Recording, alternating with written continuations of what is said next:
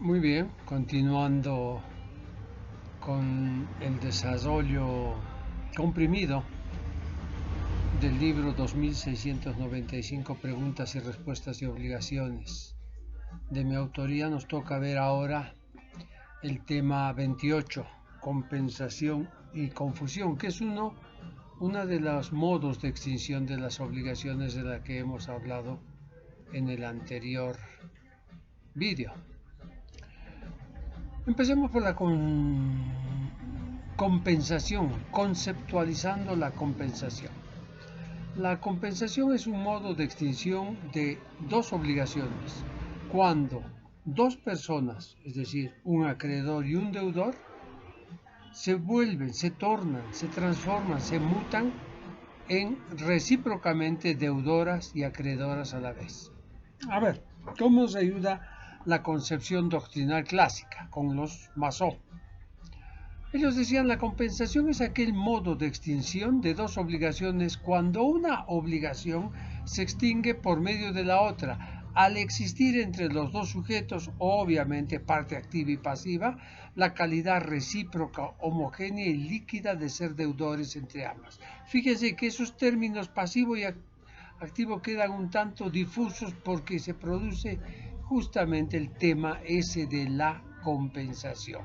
Otra definición extraída de la doctrina indica que la compensación es aquel modo de extinción de dos obligaciones cuando entre dos personas existen deudas líquidas, exigibles, ciertas, homogéneas y recíprocas, extinguiéndose ambas una por medio de la otra, si no totalmente, cuando son iguales, obviamente que sí, o una de ellas hasta la cuantía menor de la que adeude la otra.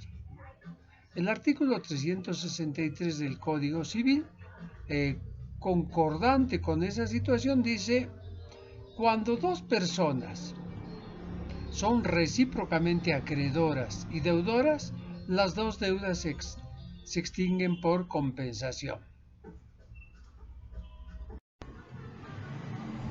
La compensación conceptualmente significa sustituir, cambiarse, mutarse. En este caso es una doble sustitución. Evidentemente, al intercambiarse las nociones de acreedor por deudor y de deudor por acreedor, se produce la llamada extinción por compensación. Características. El primer rasgo característico de este instituto es que tienen que haber dos sujetos, que sean deudores y acreedores a la vez. Si no hay dos sujetos con esa condición, nunca va a haber compensación. Por otra parte, las prestaciones tienen que ser por su forma, por regla, aunque no es aplicable, de la misma naturaleza y del mismo objeto. Pero esto tampoco es una condictio sine qua non. ¿Por qué razón? Porque al final de cuentas la compensación podría operar más que nada por la voluntad de las partes. Pero normalmente deberían tener esa equidistancia, porque si no, a nadie se le puede obligar a recibir una prestación distinta de la debida. Esto ya lo hemos visto en virtud, en función, en respeto a los principios de identidad, fundamentalmente. ¿Esto tiene ventajas? Por supuesto que sí. Primero es un pago abreviado. Es un doble pago abreviado. Las dos obligaciones se extinguen una mediante la otra. ¿Y aquí qué es lo que se evita? Normalmente se evita traslado de dinero, se evita los riesgos, los gastos del pago. Es una forma, además de luchar contra la insolvencia, puede suceder, como en los tiempos que vivimos actualmente, en que la situación está difícil, está muy complicada, de que haya una marcada insolvencia en la gente. Entonces, esto ayuda a conseguir, a buscar la paz entre las personas, definitivamente que es uno de los principios del derecho. La naturaleza jurídica de la compensación es que es un modo de extinción. Si es un modo de extinción nos crea esto un problema. ¿Será que es un modo de extinción involuntario?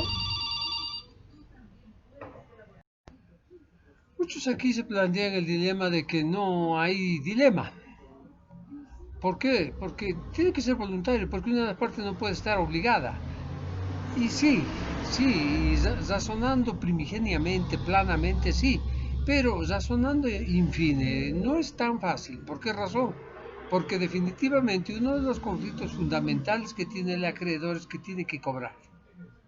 Y frente a un acreedor insolvente se le presenta esta posibilidad, aunque no la quiera, no le satisfaga, tiene que hacerla valer, porque podrá con eso esquivar, eludir la insolvencia o, no quiero hablar de dolo, pero la poca voluntad de la otra parte para pagar. Clases de compensación. Compensación legal.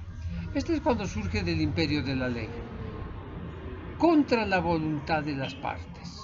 Aquí sí, deudores y acreedores recíprocos.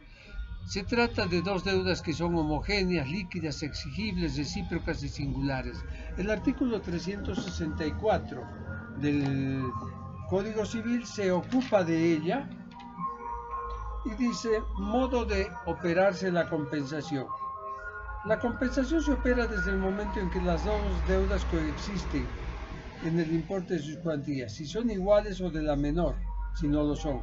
El juez no puede reconocerla de oficio. ¿Por qué mete al juez? Porque definitivamente puede suceder que una de las partes no quiera compensar. No quiera compensar. Por determinadas razones, quizás hasta de orden afectivo. Como esto que me ha costado tanto, esto que ha sido mi primer logro, lo voy a dar como pago. Entonces se puede acudir donde el juez para que el juez inmediatamente intervenga y, corrido el trámite procesal, opere a favor de la compensación solicitada. La otra, la normal, es la voluntaria o contractual, que es medio rara. Quizás habría que ver en contratos la posibilidad de tener una cláusula abierta, pero ya lo vamos a ver en contratos, que el contrato perfecto no existe. El contrato perfectible, por supuesto que sí. Pero sigamos con esto. Esta surge del acuerdo de voluntades entre dos personas que son recíprocamente deudores y acreedores, y se entiende que son personas de buena fe. ¿Por qué razón? Porque lo que están buscando es terminar el litigio, el conflicto, no están buscando otra cosa. El artículo 375 del Código Civil habla de la compensación voluntaria. Las partes pueden hacer compensación voluntaria, aun cuando no concurran las condiciones previstas por los artículos anteriores. Ahí está, eso es lo que le decía. Esa es la fuerza de la autonomía de la voluntad. Esa autonomía de la voluntad es la que va a imponerse. Y establecer también condiciones para que opere tal compensación. Así de simple. Muchas veces las partes con la finalidad de terminar el litigio, el problema, aceptan una compensación, aun cuando esa compensación no sea lo equitativa que debería ser, pero lo hace. La compensación facultativa existe cuando no se reúnen las condiciones para que opere la condición legal, no todas, pero sí algunas. Entonces la parte que podría invocar la falta de los requisitos unilateralmente plantea la compensación. Esa es la compensación facultativa. La compensación judicial hemos dicho que es emergente de una sentencia pasada en autoridad de cosa juzgada.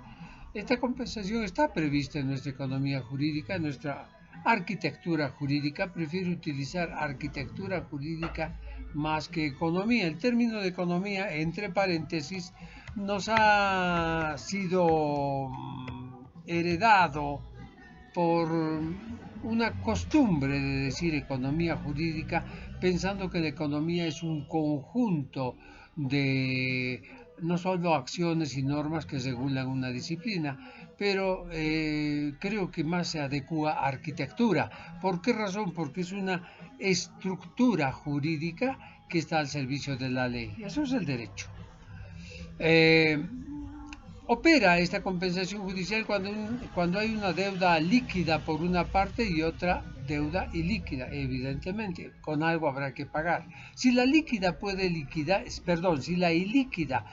liquidarse rápidamente, entonces el juez en sentencia puede declarar la compensación de ambas deudas, por la vía de la acción y también por la vía de la reconvención, pero tiene que tratarse de una deuda que exista, no de una probabilidad que no esté determinada en su cuantía. Los efectos de la compensación. Veamos los efectos de la compensación entre partes. Entre partes es la extinción de dos obligaciones en cualquiera de sus clases, hasta la cuantía del importe de una de ellas, si es menor. Y si son iguales, obviamente se liquidan las dos obligaciones. Obviamente con eso se liquidan las garantías reales, las garantías personales prestadas por las partes. Si hay compensación, no podrá operar la prescripción extintiva o liberatoria de uno de los créditos, a no ser que haya acuerdo de voluntades. Eso es importante. Podrá operar en la compensación voluntaria, pero no en la legal o en la facultativa. ¿Por qué? Porque el que se adhiere era el que podía invocar la prescripción, es obvio. Cuando convencionalmente deciden que van a ir a la compensación, están decidiendo que quieren dar fin al problema justamente con la aplicación de la compensación. Sería después una falta de deslealtad y además no correspondería, porque así lo determina la ley, plantear la prescripción de una de las deudas. Efectos frente a terceros. La compensación no puede ser opuesta frente a terceros, obviamente, si antes de que hayan coexistido las dos obligaciones, una de ellas haya sido embargada por un tercero. A ver, veamos esto de otra forma. Si un tercero, acreedor de cualquiera de los dos sujetos de la relación compensatoria, no embarga a su deudor, ahí sí se va a plantear compensación. Si ese tercero ha embargado, no se puede plantear compensación. El artículo 373 del Código Civil es claro al efecto. Dice, compensación respecto a terceros. La compensación no se opera en perjuicio de los derechos adquiridos por un tercero sobre uno de los créditos, a consecuencia de un embargo o por la constitución de un usufructo o prenda. Clarísimo, no hay dónde perderse. Efectos frente a la cesión de crédito. Ustedes ya están pensando que básicamente va por la misma línea. Analicemos. El cesionario es también un tercero, pero este es un causaviente a título particular. El acreedor transmite su título a los terceros, pero no podrá plantear compensación si esa cesión de crédito ya ha sido aceptada por el deudor cedido, pero sí podrá hacerlo si la aceptación está pendiente. Pero tiene lógica. ¿Por qué razón? Porque, reitero, la filosofía de la compensación es la culminación de un estado de obligación. Así de simple. El artículo 371 del Código Civil habla de la inoponibilidad de la compensación al cesionario. Parágrafo primero. El deudor que ha aceptado pura y simplemente la cesión que el acreedor ha hecho de sus derechos a un tercero no puede oponer al cesionario la compensación que habría podido oponer antes de la aceptación al cedente. Segundo, la cesión no aceptada por el deudor habiéndosele notificado solo impide la compensación de los créditos posteriores a la notificación. ¿Por qué razón? Porque quien renuncia al beneficio de la ley no puede imponer el hecho propio a quien quiera gozar de dicho beneficio. Es una aberratio juris, ¿no? Y sabemos perfectamente que el derecho aborrece de dichas aberraciones. Efectos frente al fiador. La compensación no puede ser opuesta al fiador, porque debe haber reciprocidad. Por excepción, el fiador puede oponerle la compensación al acreedor de su garantizado, de la deuda que tenga garantizada con dicho acreedor. Pero el deudor principal no puede oponer compensación, lo que la otra parte le daba a su fiador. ¿Por qué? Porque no hay reciprocidad. El artículo 370 del Código Civil tiene como nomen juris compensación opuesta por el fiador y terceros garantes. El fiador y los terceros que han constituido prenda o hipoteca pueden oponer en compensación la deuda que el acreedor tiene respecto al deudor principal, pero éste no puede oponer en compensación lo que el acreedor deba al fiador o a los mencionados terceros. A ver, explicaremos un poquito porque básicamente la lectura pareciera haber estado mal. El artículo no tiene la suficiente claridad. El fiador obligado a pagar la deuda afianzada puede alegar compensación con lo que el acreedor deba al principal obligado. ¿Por qué? Porque se presenta sus derechos y paga por él. No siendo deudor personal del acreedor, la compensación no se opera desde la existencia del crédito, como sucede entre el deudor y acreedor original, sino desde la demanda. Obviamente también se puede alegar la compensación con la que el acreedor le debiera a él. ¿A quién? Al fiador. Porque siendo obligado a pagar en lugar del deudor principal, obviamente esa es la idea del fiador, ¿no es cierto?, entra en este caso como principal obligado y en ese carácter está autorizado a ejercitar los derechos. El artículo 372 y el 316 hablan de la pluralidad de las deudas compensables y los modos de hacer la imputación en este caso. Pasemos ahora a la confusión. Confusión. Esta que ha sido tan famosa por algunas mises. No nos vamos a ocupar de ellas, obviamente, si no vamos a ver, ni de Confucio tampoco, sino simplemente vamos a ver el análisis jurídico. Primero, un concepto. Es un modo también de extinción, estamos estudiando los modos de extinción de la obligación. Pero esto es que se extingue la obligación cuando una misma persona adquiere o tiene la calidad de deudor y acreedor. ¿Cómo se entiende esto? ¿Cómo es posible que alguien pueda ser deudor y acreedor a la vez?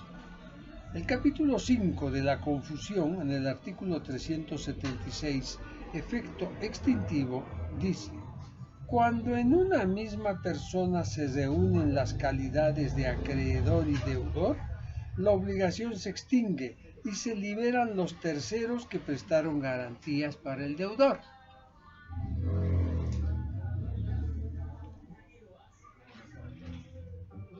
Puede suceder, no puede suceder, siempre sucede que en la relación jurídica obligacional hay un sujeto activo y un sujeto pasivo, que ambas personas, vamos a identificar el activo con el acreedor y el pasivo con el deudor, aunque ya les he dicho que mientras no se genere el incumplimiento, son simplemente pasivo y activo, no hay ni deudor ni acreedor. Puede suceder que una misma persona adquiera los derechos de la persona que le debe. El ejemplo claro el que yo pongo siempre es el de la antícresis. Una persona da a otra persona una antícresis por un departamento de, supongamos, $30,000. Posteriormente, por petición, amable componenda, le aumenta 30,000 más y otros 30,000. Y cuando llega un momento que le pide más, el otro dice, mire, ya le he dado 90.000, ¿por qué no me lo vende? Le daré 10.000 más y así usted no me devuelve nada y yo quedo con el departamento. Fíjense, de ser un arrendatario y tener un derecho de acreencia sobre el capital que le ha entregado, pasa a ser el propietario. Pasa a ser el propietario, ahí se produce la confusión. Las dos cualidades se han dado en la misma persona, ¿no? Se puede dar. Perdón, les decía que los elementos de la confusión son el elemento activo, el crédito, el elemento pasivo, el débito. Tiene que tratarse de una obligación válida, porque si es una obligación nula, no puede haber confusión. La certeza de la existencia del crédito es absolutamente necesaria. Tiene que haber la sustitución de una persona por otra. Esto es importante, el elemento subjetivo es importante, aquí tiene que cambiar. ¿Por qué? Porque no opera como la subrogación. Esto es el cambio que hay de una persona que confunde en un mismo sujeto las dos calidades. No debe darse la confusión en una deuda principal con una deuda accesoria. Las dos tienen que ser principal.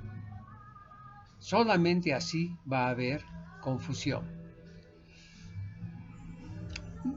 Entre los efectos tenemos que los accesorios del crédito, la garantía, los privilegios, los avales, las fianzas, también se extinguen. Y eso hace que los terceros se liberen. Los terceros que habían otorgado fianza, garantía, aval o lo que fuere, se confunden, se extingue. El artículo 377 habla de la confusión respecto a los terceros. La confusión no perjudica a los terceros que han adquirido derechos sobre el crédito por efecto de un embargo o por la constitución de un usufructo o una prenda. Esto es absolutamente lógico. ¿Por qué? Porque primero se trata de un tercero de buena fe, seguramente de un tercero que tiene un documento contractual con respecto a ese crédito, ¿no? Y entonces no podría de ninguna manera perjudicar. Artículo 378. Concurrencia de las calidades de fiador y deudor. Si en una misma persona se reúnen las calidades de fiador y deudor, la fianza puede sobrevivir siempre que el acreedor tenga interés en ello. Mire, esto ya no es tan clarito como pareciera que el artículo lo está indicando, porque normalmente el fiador es del deudor y al producirse la confusión, el fiador, no quiero utilizar esos términos, pero ¿qué vela enciende? ¿Por qué? Porque técnicamente no tenemos ya deudor. ¿Por qué? Porque deudor y acreedor se han unificado en la misma persona y eso ha dado lugar a la figura de la compensación. Podríamos en algún momento con todos ustedes o con aquellos que quieran iniciar un debate que podría ser muy constructivo a efectos de que podamos avanzar en el análisis del código. Básicamente yo ya he tomado conciencia de que probablemente terminado obligaciones, terminado contrato, sucesiones y procesal, me dedique a un análisis artículo por artículo de todos los artículos del Código Civil. Larguísimo, moroso, pero creo que va a ser muy interesante, especialmente para todos los estudiosos del derecho, que gracias a Dios veo que hay más de los que pensaba, muchísimos más, todos ustedes. Vamos terminando con los efectos de la confusión frente a terceros. Los terceros son ajenos, son terceros. Los argentinos hablan, los terceros son de palo, no están así. Pero normalmente, ¿por qué? Porque el tercero puede no ser de pago si es que es un tercero que ha embargado un crédito. Por esa razón es que no puede haber, pues, contra ellos ningún efecto de la confusión. Me debía fulano, pero el fulano antes era deudor y ahora es acreedor, pero sigue siendo con más razón dueño de toda la cosa, me sigue debiendo. Eso es lo que dice el 377, ¿no? La confusión no perjudica a terceros que han adquirido de buena fe por efecto de un embargo o uso prenda o usufructo también. Con esto hemos terminado el tema 28, gracias por la atención e inmediatamente pasamos al tema 29. Permiso.